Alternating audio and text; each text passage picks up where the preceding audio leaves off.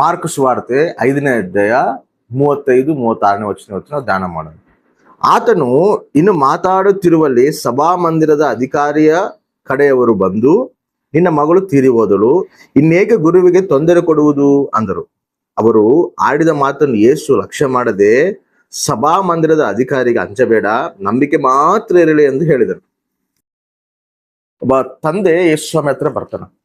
ತನ್ನ ಮಗಳು ಅಸ್ವಸ್ಥಳಾಗಿರ್ತಾಳ, ಭಯಂಕರವಾದ ಇನ್ನು ಸಾಯುವಂತ ಪರಿಸ್ಥಿತಿನಲ್ಲಿ ಬಂದಿರ್ತಾಳ.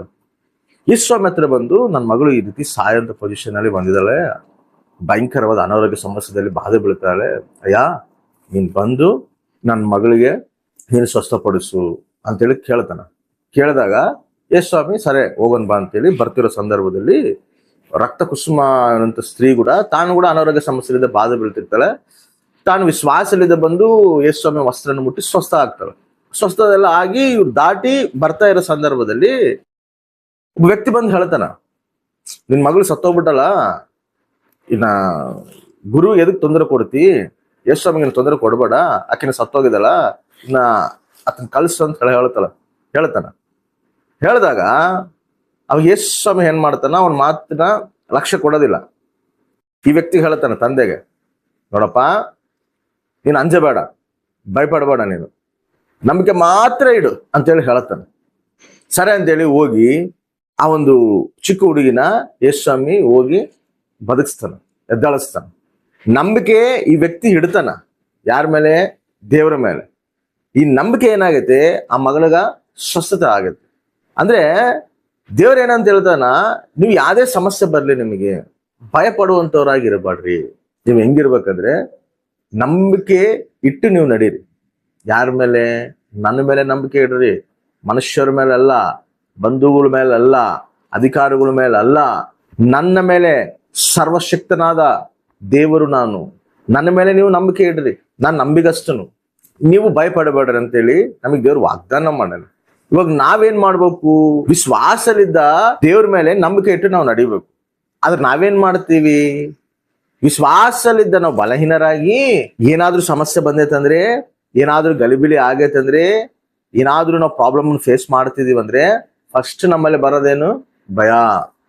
ಏನಾಗ್ತತೋ ಏನೋ, ಏನ್ ನಡೀತತೋ ಏನೋ. ಈ ಭಯನ ನೀವು ಬಿಡ್ರಿ ಅಂತ ಹೇಳ್ತಾನ ದೇವ್ರು. ನಂಬಿಕೆ ಮಾತ್ರ ಇಡ್ರಿ, ಅದನ್ನೆಲ್ಲದನ್ನ ನಾನು ದಾಟಿಸ್ತೀನಲ್ಲ. ಪೇತ್ರು ಕೂಡ ಏನ್ ಮಾಡ್ತಾನ? ಪೇತ್ರು ನೀರ್ ಮೇಲೆ ನಡಿತೀನಿ ನಾನು, ನನ್ನ ನಡೆಸಪ್ಪ ಅಂತೇಳಿ ಪೇತ್ರು ಕೇಳಿದಾಗ ಯೇಸು ಸ್ವಾಮಿ ಬಾ ಅಂತ ಹೇಳ್ತಾನ. ಪೇತ್ರು ಧೈರ್ಯವಾಗಿ ನಡಿತಾನ.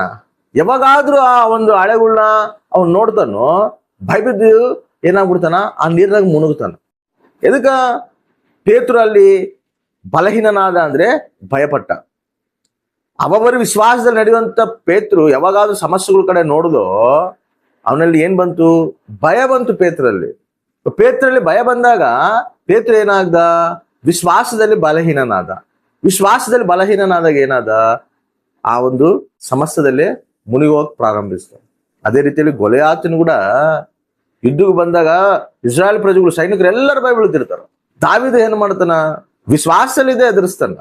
ಅರೇ ನೀನು ಬಲವಂತನ ಆಗಿರ್ಬೋದು, ಆದ್ರೆ ನನ್ನ ದೇವರು ಸರ್ವಶಕ್ತಿವಂತನು, ಯೆಹೋವನ ನಾಮ ಮೇಲೆ ನಾನು ಬರುತ್ತೇನೆ, ಇವತ್ತು ನನ್ನ ಕೈಗೆ ದೇವರು ಕೊಡ್ತಾನ, ನಿನ್ನ ಕತ್ತಿಲಿದ್ದೇನೆ, ನಿನ್ನ ಶಿರವನ್ನು ನಾನು ತೆಗಿತೀನಿ ಅಂತ ಹೇಳಿ ಹೇಳ್ತಾನ.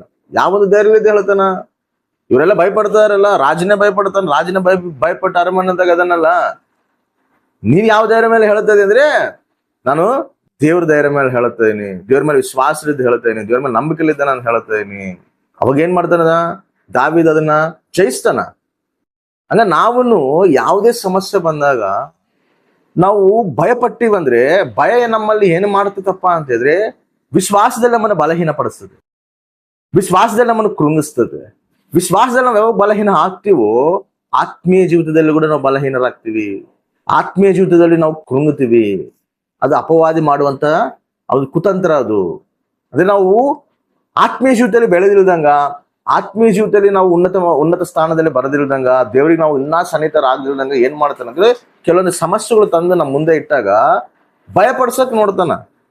ಭಯಪಟ್ಟಿವಂದ್ರೆ ವಿಶ್ವಾಸದಲ್ಲಿ ನಾವು ಬಲಹೀನರಾಗ್ತೀವಿ. ವಿಶ್ವಾಸದಲ್ಲಿ ನಾವು ಬಲಹೀನರಾಗಿವಂದ್ರೆ ಆತ್ಮೀಯ ಜೀವಿತದಲ್ಲಿ ನಾವು ಬಲಹೀನರಾಗ್ತೀವಿ. ಅದು ನಾವು ಗುರ್ತು ಇಟ್ಕೋಬೇಕು. ನಾವು ಭಯಪಡಬಾರ್ದು.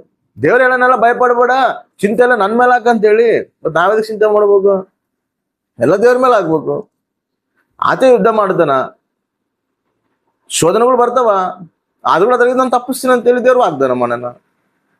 ನಾವೇದಕ್ಕೆ ಟೆನ್ಷನ್ ತಗೋಬೇಕು? ಇವತ್ತು ಶೋಧನೆ ಅದಾವ, ನಾಳೆ ಇದನ್ನ ತೆಗಿತಾನ. ಅಷ್ಟೇ ಅಲ್ಲ, ಇದಕ್ಕೆ ನಾನು ಚಿಂತೆ ಮಾಡೋದು ಎದಕ್ಕ, ಬಾಧೆ ಬೀಳೋದು ಎದಕ್ಕ, ಭಯಪಡೋದು ಎದಕ್ಕ? ವಿಶ್ವಾಸಲಿದ್ದ ನಾವು ನಡಿಬೇಕು. ವಿಶ್ವಾಸಲಿದ್ದ ನಾವು ನಡೆದಾಗ ದೇವ್ರಿಗೆ ಇನ್ನ ನಾವು ಸನ್ನಿಹಿತರಾಗ್ತೀವಿ, ಆತ್ಮೀಯ ಜೀವಿತದಲ್ಲಿ ಬಲ ಹೊಂದುತ್ತೀವಿ. ಸಾತಾನ ಮೇಲೆ ದೇವ್ರು ನಮಗೆ ವಿಜಯವನ್ನು ಕೊಡ್ತಾನೆ. ಆಮೆನ್.